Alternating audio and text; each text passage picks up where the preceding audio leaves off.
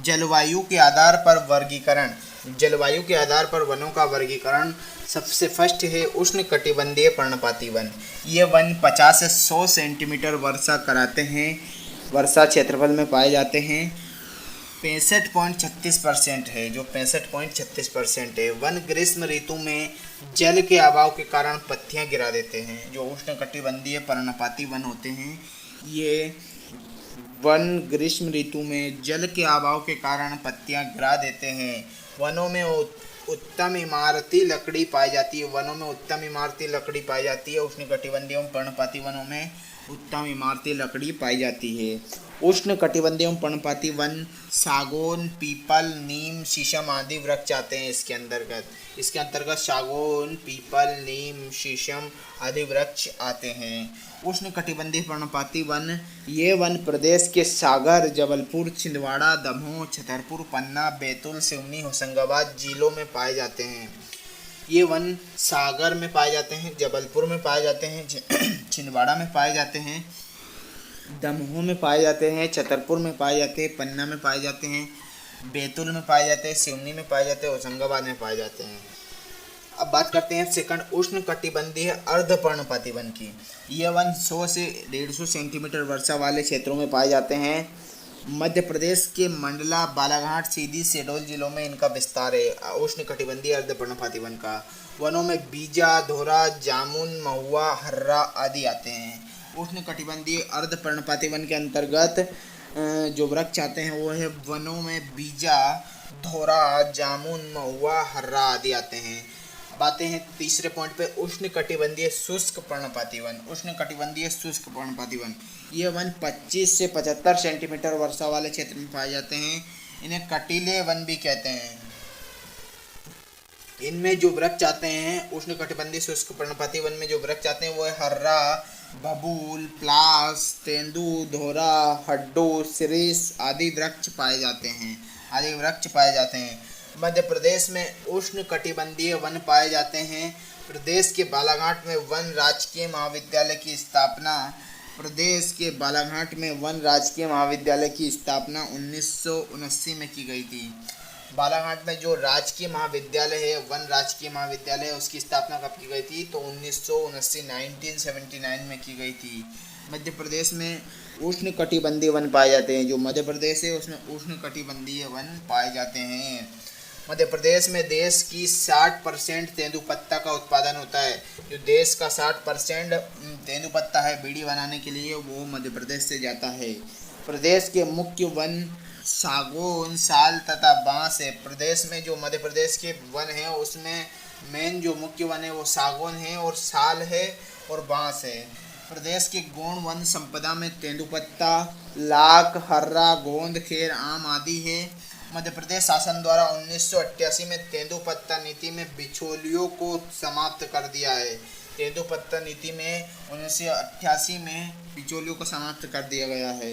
देहरादून स्थित forest research institute and college के 4 क्षेत्रीय अनुसंधान केंद्रों में से एक मध्य प्रदेश के जबलपुर में स्थित है। देहरादून स्थित forest research institute and college के 4 क्षेत्रीय अनुसंधान में forest research institute and college के 4 क्षेत्रीय अनुसंधान केंद्रों में एक मध्य प्रदेश के जबलपुर में स्थित है। मध्य प्रदेश वानिकी परियोजना का आरंभ सितंबर 1995 में किया गया था। जो वानिकी परियोजना है उसका प्रारंभ 1995 में किया गया था। वनीकरण के लिए 1976 से पंचवान योजना ऐसे जिलों में चलाई जा रही है। वनीकरण के लिए 1976 से पंचवान योजना ऐसे जिलों में चलाई जा रही है जहां राष्ट्रीय वन नीति के निर्धारण मापदंड 33% से कम वन है। जिस क्षेत्र में 33% वन कम है, जिस राज्य में 33% से वन का कम पाया जाता है, वहाँ 1976 से पंचवान योजना चलाई जा रही है। वहाँ 1976 से पंचवान योजना चलाई जा रही है।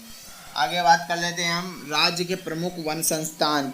तो भारतीय वन प्रबंधन संस्थान कहाँ है? तो ये भोपाल में है। भारतीय वन अनुसंधान संस्थान ये जबलपुर में है।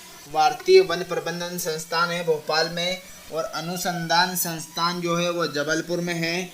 और वन राजकीय महाविद्यालय बालाघाट में है, वन प्रबंधन शिक्षा केंद्र बैतूल में है, संजीवनी संस्था भोपाल में है, forest guard ranging school Betul Rewa में है, शिवपुरी में भी है, अमरकंटक में भी है, लखनादौन में भी है।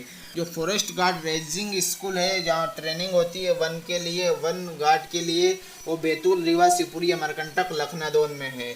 प्रादेशिक वन स्कूल बैतूल शिवपुरी अमरकंटक गोविंदपुर और झाबुआ में है।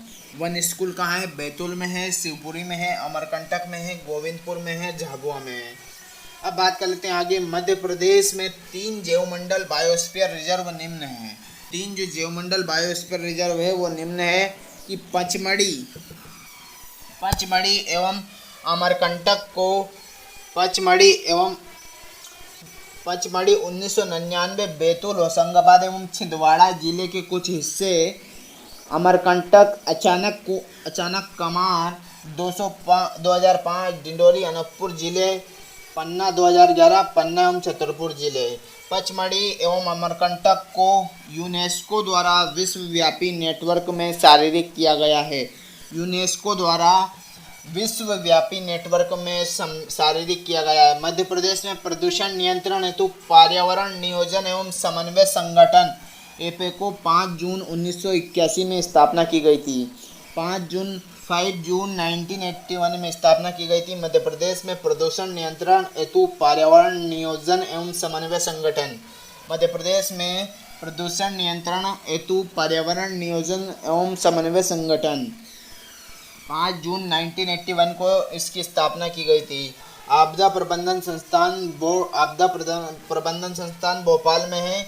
19 नवंबर 1987 में स्थापना की गई थी प्रबंधन संस्थान। और जो अनुसाधन संस्थान है वो जबलपुर में है। मध्य प्रदेश प्रदूषण नियंत्रण बोर्ड भोपाल में है। मध्य प्रदेश झील संरक्षण प्राधिकरण की स्थापना 2004 में की गई थी। झील संरक्षण प्राधिकरण की स्थापना। सर्वाधिक वन क्षेत्र बालाघाट, श्योपुर और उमरिया है। सर्वाधिक जो वन क्षेत्र है वो बालाघाट 54.14%, श्योपुर 53.30%, उमरिया 49.90%, बालाघाट में है 54.14%, श्योपुर में है 53.30% और उमरिया है उसमें है 49.90%। न्यूनतम वन क्षेत्र है, सबसे ज़्यादा बालाघाट में है। सर्वाधिक वन क्षेत्र की बात करें तो सबसे ज़्यादा वन क्षेत्र बालाघाट में है, फिर जिसके बाद श्योपुर का स्थान आता है, फिर जिसके बाद उमरिया का स्थान आता है। बालाघाट, श्योपुर, उमरिया। न्यूनतम क्षेत्र की बात करें, न्यूनतम वन क्षेत्र कहाँ है तो वो है शाजापुर 0.47%, फिर उज्जैन आता है 0.49% और फिर रतलाम आता है 1.19%।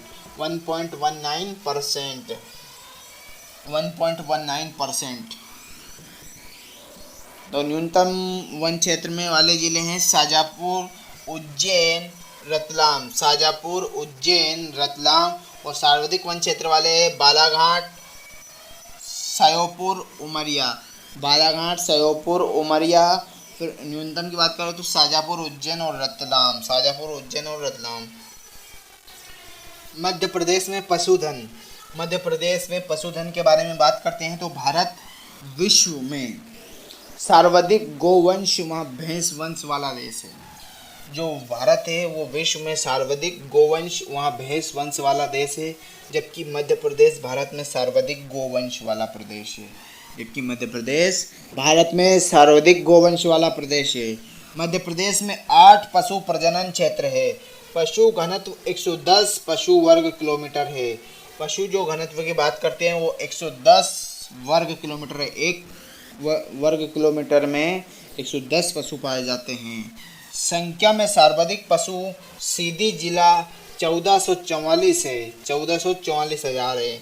संख्या में न्यूनतम पशु बुरहानपुर में है 211,000 और घनत्व में सर्वाधिक पशु टीकमगढ़ में है 194 वर्ग पशु किलोमीटर और न्यूनतम घनत्व होशंगाबाद में है 55 पशु वर्ग किलोमीटर।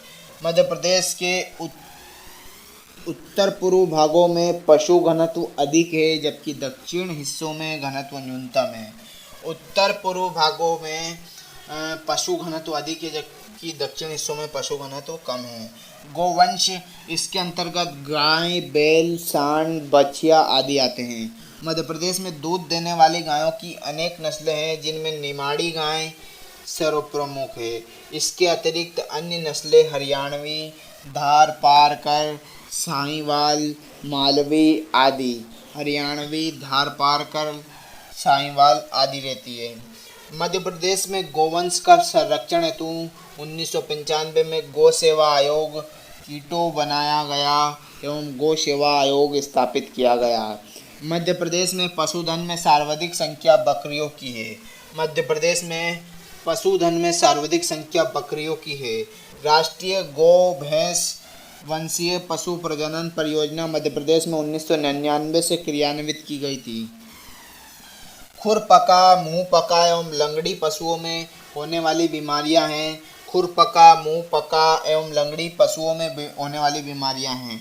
कुक्कुट विकास, देसी पक्षियों की अंडा उत्पादन क्षमता में सुधार हेतु नौ कुक्कुट पालन प्रक्षेत्र कार्यरत है, जहां उन्नत नस्ल के व्हाइट लेग हॉर्न पक्षी रखे गए हैं। झाबुआ प्रक्षेत्र में कड़कनाथ नस्ल के मुर्गा रखे गए हैं।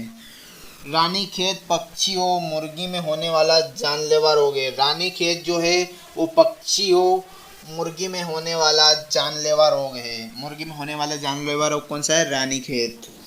राज्य पशुधन एवं कुक्कुट विकास निगम की स्थापना 1 नवंबर 1982 को की गई थी। राज्य पशुधन एवं कुक्कुट विकास निगम की स्थापना 1 नवंबर 1982 को की गई थी। गौ सेवा योजना का उद्देश्य प्रत्येक गांव में एक गौ सेवक प्रशिक्षित करना है।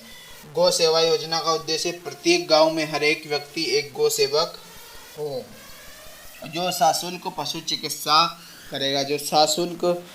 चिकित्सा करेगा।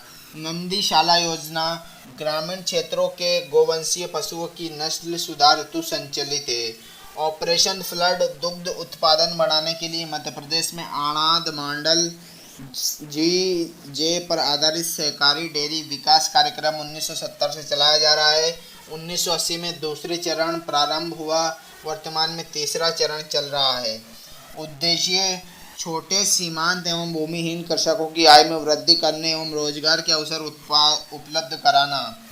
सहकारी दुग्ध समितियां गठित कर डेयरी डेवलपमेंट कॉरपोरेशन के केंद्रों के माध्यम से नगरीय क्षेत्रों में दुग्ध प्रदाय करना।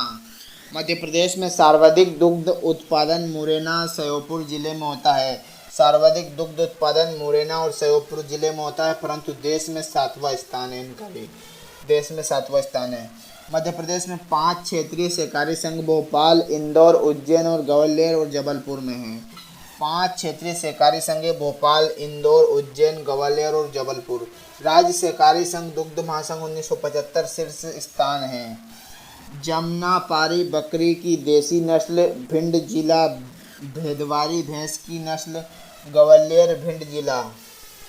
जमनापारी बकरी की देसी नस्ल भिंड जिले में पाई जाती है और भेदवारी भैंस नस्ल ग्वालियर और भिंड जिले में पाई जाती है।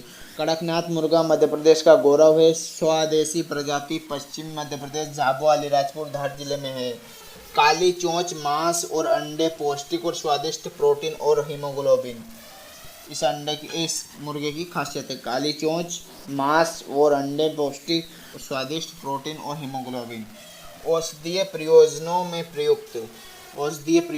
ये प्रयुक्त है। निमाड़ी गाय निमाड़ की रानी है। खंडवा और खरगोन जिले में 4 से 5 लीटर दूध प्रतिदिन देती है। सींग मध्यम एवं लंबे हैं। मालवी गाय मालवा की रानी है। शाजापुर, राजगढ़, मंदसौर में पाई जाती है। मत्स्य पालन नीली क्रांति 1979 में राज्य मत्स्य विकास निगम की स्थापना की गई थी। 1979 में राज्य मत्स्य विकास निगम की स्थापना की गई थी, जिसमें 1999 में समाप्त कर मध्य प्रदेश मत्स्य महासंघ बनाया गया। 2008 में जबलपुर में आयोजित मत्स्य पंचायत में मध्य प्रदेश की पहली मत्स्य पालन नीति की घोषणा की गई। 2008 में जबलपुर में आयोजित मत्स्य पंचायत में मध्य प्रदेश की पहली मत्स्य पालन नीति की घोषणा की गई जनश्री बीमा योजना मछुआरों से संबंधित है। जनश्री बीमा योजना जो है वो मछुआरों से संबंधित है। जलदीप योजना मत्स्य आखेट हेतु 9 माह तक जलाशय स्थित टापुओं पर रहने वाले परिवार के साथ निवास करने वाले मछुआरों का पोषणहार, स्वास्थ्य, शिक्षा आदि सुविधाएं उपलब्ध कराने से संबंधित है। जलदीप योजना। सर्वाधिक मत्स्य उत्पादन करने वाले जिले जबलपुर और सिवनी है। जबलपुर और सिवनी सर्वाधिक मत्स्य का उत्पादन करते हैं। मध्य प्रदेश के जीआई टैग किसी विशिष्ट भौगोलिक स्थान या उद्गम स्थल से संबंधित उत्पादनों को उनकी विशिष्टता एवं अमान्यता की पहचान हेतु प्रदान किए जाने वाला नाम या चिन्ह भौगोलिक संकेतन जीआई टैग जियोग्राफिकल इंडिकेशन कहलाता है। जियोग्राफिकल इंडिकेशन कहलाता है। किसी उत्पाद को जीआई टैग प्राप्त होने का तात्पर्य है कि वे उत्पाद किसी क्षेत्र विशेष से संबंधित है। भारत में सर्वप्रथम 2004 में दार्जिलिंग चाय को जीआई टैग प्रदान किया गया था। सर्वप्रथम दार्जिलिंग की जो चाय है उसे जीआई टैग प्रदान किया गया था। मध्य प्रदेश में विभिन्न उत्पादन है जैसे महेश्वर की साड़ी एवं फैब्रिक, चंदेरी फैब्रिक, इंदौर के चमड़े के खिलौने, बाघ प्रिंट, दतिया एवं टीकमगढ़ की घंटा धातु वस्तुएं इत्यादि। मध्य प्रदेश के राष्ट्रीय उद्यान एवं अभ्यारण्य की बात करते हैं। मध्य प्रदेश को टाइगर स्टेट कहा जाता है। वर्तमान में बाघों की संख्या में कमी आई है। प्रदेश में 11 राष्ट्रीय उद्यान तथा 31 से अधिक राष्ट्रीय अभ्यारण्य हैं। 11 तो यहाँ पर राष्ट्रीय उद्यान है, 31 से यहाँ पर अधिक अभ्यारण्य हैं, राष्ट्रीय अभ्यारण्य है, जिसमें से 6 राष्ट्रीय उद्यान प्रोजेक्ट टाइगर के अंतर्गत शामिल है। 11 राष्ट्रीय उद्यान में से 6 जो राष्ट्रीय उद्यान है वो आपका प्रोजेक्ट टाइगर के अंतर्गत शामिल है। एक वन्य जीव अभ्यारण्य रातापानी प्रोजेक्ट टाइगर के अंतर्गत शामिल है। जो एक वन्य अभ्यारण्य है वो भी शामिल है प्रोजेक्ट टाइगर के अंतर्गत, जिसका नाम है रातापानी। मध्य प्रदेश का सबसे बड़ा राष्ट्रीय उद्यान कान्हा-किसली राष्ट्रीय उद्यान है। क्षेत्रफल 940 वर्ग किलोमीटर है इसका। मध्य प्रदेश का सबसे छोटा राष्ट्रीय उद्यान जीवाश्म उद्यान है, जिसका क्षेत्रफल 0.27 वर्ग किलोमीटर है, जो डिंडोरी में है। डिंडोरी राष्ट्रीय उद्यान भी कहते हैं जिसे, वो जीवाश्म राष्ट्रीय उद्यान के नाम से जाना जाता है। देश में राष्ट्रीय उद्यानों एवं अभ्यारण्यों की दृष्टि से प्रथम स्थान पर है। देश में राष्ट्रीय उद्यानों एवं अभ्यारण्य की दृष्टि से प्रथम स्थान पर है मध्य प्रदेश। विश्व में प्रोजेक्ट टाइगर के जन्मदाता गैनी मैनफोर्ड हैं। जो प्रोजेक्ट टाइगर है उसके जन्मदाता कौन है विश्व में? गैनी मैनफोर्ड है। विश्व में कौन है प्रोजेक्ट टाइगर के जन्मदाता? गैनी मैनफोर्ड। इनका नाम बहुत इंपॉर्टेंट है। जबकि भारत में इनके जन्मदाता कैलाश सांकला है। कैलाश सांकला है। मध्य प्रदेश का सबसे बड़ा अभ्यारण्य नौरादोही सागर में है। ये मध्य प्रदेश का सबसे बड़ा अभ्यारण्य कौन सा है? नौरादोही है। ये सागर में है। 1194.670 वर्ग किलोमीटर क्षेत्र में है। सबसे छोटा अभ्यारण्य रालामंडल है। सबसे छोटा अभ्यारण्य की बात कर ले तो ये रालामंडल है। और सबसे बड़ा अभ्यारण्य नौरादोही सागर में है।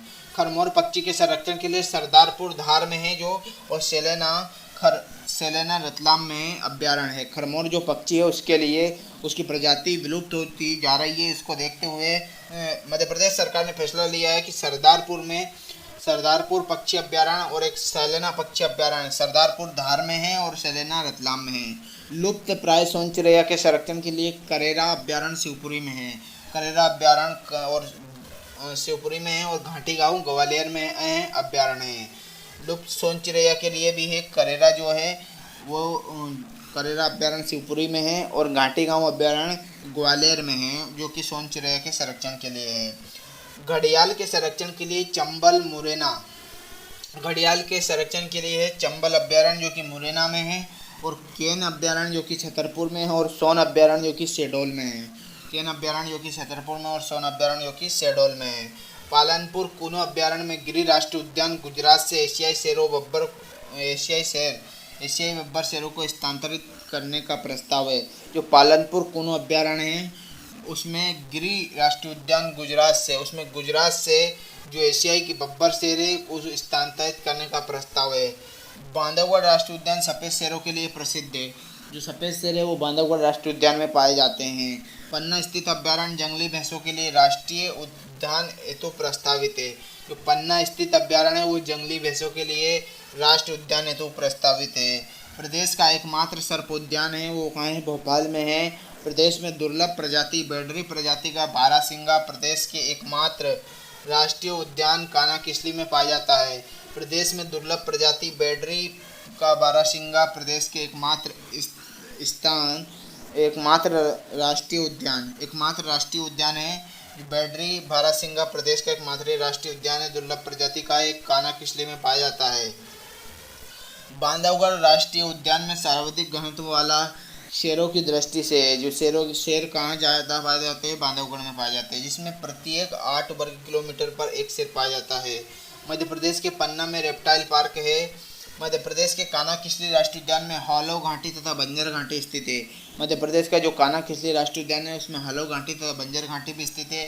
रीवा जिले के मुकुंदपुर में व्हाइट टाइगर सफारी का निर्माण किया गया है। रीवा जो जिला है उसके मुकुंदपुर में व्हाइट टाइगर सफारी का निर्माण किया गया है। ठीक है, आइए बात करते हैं हम जीवाश्म राष्ट्रीय उद्यान एशिया का प्रथम तथा विश्व का दूसरा जीवाश्म उद्यान है। जीवाश्म राष्ट्रीय उद्यान एशिया का प्रथम तथा विश्व का दूसरा राष्ट्रीय उद्यान है।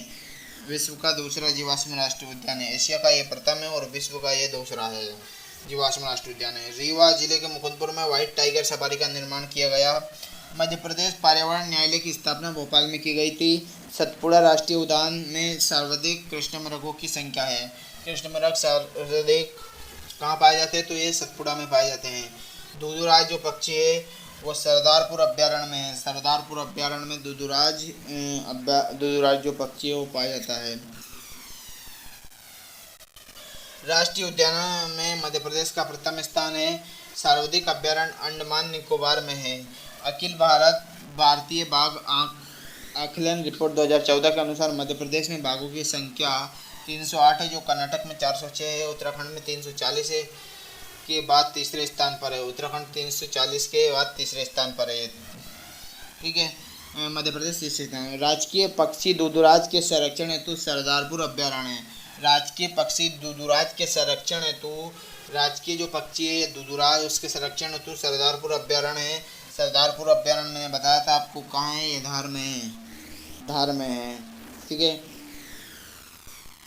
आगे बात करते हैं हम केंद्रीय वन एवं पर्यावरण मंत्रालय द्वारा पंचमढ़ी को बायोस्फीयर रिजर्व क्षेत्र घोषित किया गया है। ये मध्य प्रदेश का पहला बायोस्फीयर रिजर्व होगा। मध्य प्रदेश का पहला बायोस्फीयर रिजर्व कहाँ है, तो पचमढ़ी। सबसे अधिक पर्यटकों को आकर्षित करने वाला कानाकिसली राष्ट्रीय उद्यान है। कानाकिसली राष्ट्रीय उद्यान में जो कि सबसे बड़ा राष्ट्रीय उद्यान भी मध्य प्रदेश का 940 वर्ग किलोमीटर करीब है। ठीक है, वन्य प्राणी संरक्षण के लिए कानाकिसली राष्ट्रीय उद्यान में प्रशिक्षण की व्यवस्था की गई है। वन्य प्राणी संरक्षण अधिनियम 1972 के तहत 1972 से प्रदेश के सभी टाइगर प्रोजेक्ट में टाइगर फाउंडेशन सोसाइटी की स्थापना की गई। मध्य प्रदेश सरकार ने 1 नवंबर 1981 को बारहसिंगा हिरण को राज्य पशु तथा दुदुराज या शाहबुलबुल पैराडाइज फ्लाई कैचर को राज्य पक्षी घोषित किया गया है। 1 नवंबर 1981 को बारहसिंगा यानी हिरण को राज्य पशु घोषित किया गया है तथा दुदुराज या इसे शाहबुलबुल या इसका वैज्ञानिक नाम पैराडाइज फ्लाई कैचर को राज्य पक्षी घोषित किया गया है। दुदुराज कौन से अभ्यारण्य में है, तो ये सरदारपुर में है, जो कि कहाँ है, सरदारपुर अभ्यारण्य कहाँ है, धार में है। ठीक है, इन्हें घोषित किया गया था। मध्य प्रदेश के कानाकिसली तथा बांधवगढ़ राष्ट्रीय उद्यानों को जंगल गलियारा योजना के तहत जोड़ने का प्रस्ताव है। जो कानाकिसली है और बांधवगढ़ राष्ट्रीय उद्यान है इसे जंगल गलियारा के योजना के तहत जोड़ने का प्रस्ताव है। भोपाल का वन विहार राष्ट्रीय उद्यान एक अनोखा राष्ट्रीय उद्यान है जिससे आधुनिक चिड़ियाघर के रूप में भी मान्यता प्राप्त है। गिद्ध प्रजाति के संरक्षण हेतु प्रयुक्त अस्तित्व गांधी सागर अभ्यारण्य में शुरू किया गया है। मध्य प्रदेश का पेंच राष्ट्रीय उद्यान इंदिरा गांधी प्रियदर्शनी राष्ट्रीय उद्यान के नाम से जाना जाता है। इंदिरा गांधी प्रियदर्शनी राष्ट्रीय उद्यान के नाम से कहने जाता था, पेंच राष्ट्रीय उद्यान को नाम से पेंच को जाना जाता है। माधव राष्ट्रीय उद्यान शिवपुरी में एक पहाड़ी के शिखर पर जॉर्ज केसल नामक एक भव्य भवन बना हुआ है। माधव राष्ट्रीय उद्यान शिवपुरी में एक पहाड़ी के शिखर पर है जहाँ जॉर्ज केसल नामक एक भव्य भवन बना हुआ है। मध्य प्रदेश के राष्ट्रीय उद्यानों में सर्वाधिक पाए जाने वाला पशु चीतल है। संजय अभ्यारण्य का पुराना नाम डुबरी अभ्यारण्य है। बांधवगढ़ राष्ट्रीय उद्यान 32 पहाड़ियों से घिरा हुआ है। बांधवगढ़ जो राष्ट्रीय उद्यान है वो 32 पहाड़ियों से घिरा हुआ है। प्रोजेक्ट टाइगर के अंतर्गत राष्ट्रीय उद्यान की बात कर लेते हैं तो सबसे पहले कानाकिसली 1974 में 1974 में प्रोजेक्ट टाइगर में शामिल हो गया था ये। मंडला जिले में कानाकिसली राष्ट्रीय उद्यान कहाँ है? मंडला जिले में है। बांधवगढ़ राष्ट्रीय उद्यान 1993 में शामिल हुआ था, ये उमरिया में है। पन्ना राष्ट्रीय उद्यान 1995 में शामिल हुआ था, तो पन्ना छतरपुर में है, ये पन्ना छतरपुर में है। सतपुड़ा राष्ट्रीय उद्यान की बात करें 1999 में शामिल हुआ था, ये होशंगाबाद में है। और जो पेंच राष्ट्रीय उद्यान है वो 1992 में शामिल हुआ था, ये सिवनी छिंदवाड़ा में है। समझे डोबरी राष्ट्रीय उद्यान की बात करते हैं तो ये 2008 में शामिल हुआ है, ये सीधी में है। कानाकिसली राष्ट्रीय उद्यान मंडला में पाए है। बांधवगढ़ उमरिया में है। पन्ना राष्ट्रीय उद्यान पन्ना छतरपुर में है। सतपुड़ा राष्ट्रीय उद्यान होशंगाबाद में है। पेंच राष्ट्रीय उद्यान सिवनी छिंदवाड़ा में है। पेंच जो है वो सिवनी और छिंदवाड़ा में है। संजय डोबरी सीधी में है। संजय डोबरी सीधी में है। संजय डोबरी राष्ट्रीय उद्यान कहाँ है? सीधी में है। पेंच राष्ट्रीय उद्यान कहाँ है? सिवनी छिंदवाड़ा में। सतपुड़ा राष्ट्रीय उद्यान कहाँ है? होशंगाबाद में है। पन्ना राष्ट्रीय उद्यान कहाँ है? पन्ना और छतरपुर में है। बांधवगढ़ राष्ट्रीय उद्यान कहाँ है? उमरिया में है। और कानाकिसली राष्ट्रीय उद्यान कहाँ है? मंडला में है। कानाकिसली को प्रोजेक्ट टाइगर में कब शामिल किया? 1974 में किया। बांधवगढ़ को 1993 में किया। पन्ना को 1995 में किया। सतपुड़ा को 1999 में किया। और पेंच को 1992 में किया। और संजय डोबरी को 2008 में किया।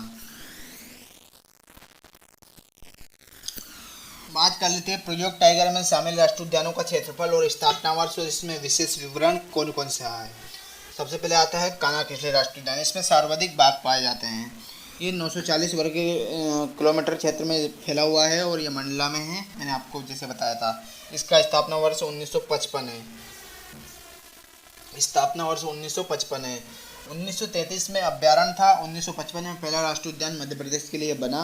1974 से प्रोजेक्ट दुर्लभ बारहसिंगा बेडरी प्रजाति के टाइगर योजना अंतर्गत शामिल। इसमें 89 बाघ यहाँ हालो वहाँ बंजर घाटी है। क्षेत्रफल की दृष्टि से मध्य प्रदेश का सबसे बड़ा राष्ट्रीय उद्यान है। हवाई पट्टी भी है। इसमें सबसे अधिक पर्यटक आते हैं तथा बेगा महिला गाइड का काम करती है। बेगा महिला यहाँ गाइड का काम करती है। आगे सेकंड की बात करते हैं जो कि पन्ना राष्ट्रीय उद्यान जो कि हमारे प्रोजेक्ट टाइगर में शामिल है। 543 वर्ग किलोमीटर का क्षेत्रफल है। पन्ना कहाँ पाया जाता है? ये पन्ना राष्ट्रीय उद्यान कहाँ है? तो पन्ना और छतरपुर में है। ये इसे छतरपुर भी कहते हैं पन्ना को। इसका स्थापना वर्ष कब हुआ था पन्ना राष्ट्रीय उद्यान का? तो ये 1981 में हुआ था। 1981 में इसकी स्थापना हुई थी। 1981 में ये राष्ट्रीय उद्यान बना था।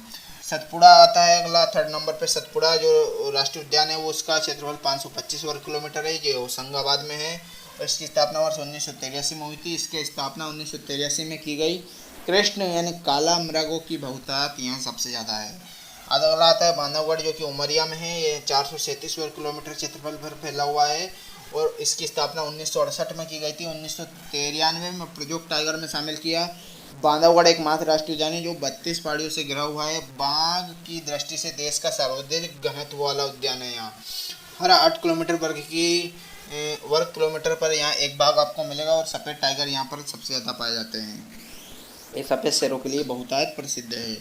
आगे बात करते हैं माधव राष्ट्रीय उद्यान। माधव राष्ट्रीय उद्यान की बात कर लेते हैं। 337 वर्ग किलोमीटर है। ये शिवपुरी में है। माधव राष्ट्रीय उद्यान शिवपुरी में है। 1958 में इसका स्थापना वर्ष था। आगरा मुंबई राष्ट्रीय राजमार्ग पर है। अगला बात कर लेते हैं पेंच राष्ट्रीय उद्यान। इंदिरा प्रियदर्शनी उद्यान। इसे पेंच राष्ट्रीय उद्यान को किस नाम से जाना जाता है? एक और इंदिरा प्रियदर्शनी राष्ट्रीय उद्यान के नाम से जाना जाता है। इसका क्षेत्रफल 293 वर्ग किलोमीटर है। पेंच राष्ट्रीय उद्यान सिवनी छिंदवाड़ा में है। इसका स्थापना वर्ष 1975 है। विश्व बैंक की 7 अभ्यारण्य संरक्षण योजना में 1992 में राष्ट्रीय उद्यान बना। पेंच बाघ रिजर्व शामिल है। मोगली लैंड एवं जंगल बुक पुस्तक रुकयार्ड किपलिंग भी सभी यहीं पर है। 7वें की बात कर लेते हैं जीवाश्म राष्ट्रीय उद्यान जो कि ये कास्ट जीवाश्म है। ये कहाँ है? तो ये दुंदवा डिंडोरी में है। इसका क्षेत्रफल 0.27 वर्ग किलोमीटर है जो कि सबसे छोटा है। 1968 में इसका स्थापना हुआ था। भारत में प्रमुख 4 फॉसिल उद्यानों में से एक है। आगे बात कर लेते हैं संजय राष्ट्रीय उद्यान। ये कहाँ है? तो ये सीधी में 466 वर्ग किलोमीटर क्षेत्रफल है लगभग इसका। 1981 में इसकी स्थापना हुई थी। इसका कुछ भाग छत्तीसगढ़ में समाहित हो गया है। वन विहार राष्ट्रीय उद्यान जो कि आपको पता है भोपाल में 4.45 वर्ग किलोमीटर क्षेत्रफल पर फैला हुआ है। 1979 में इसकी स्थापना हुई थी। ये 1979 में राष्ट्रीय उद्यान बना। आधुनिक चिड़ियाघर के नाम से भी इसे जाना जाता है। 10वें की बात करते हैं ओंकारेश्वर। ओंकारेश्वर है खंडवा में है। ये खंडवा में है। 2004 में इसकी स्थापना हुई थी और ये 2004 में इसकी स्थापना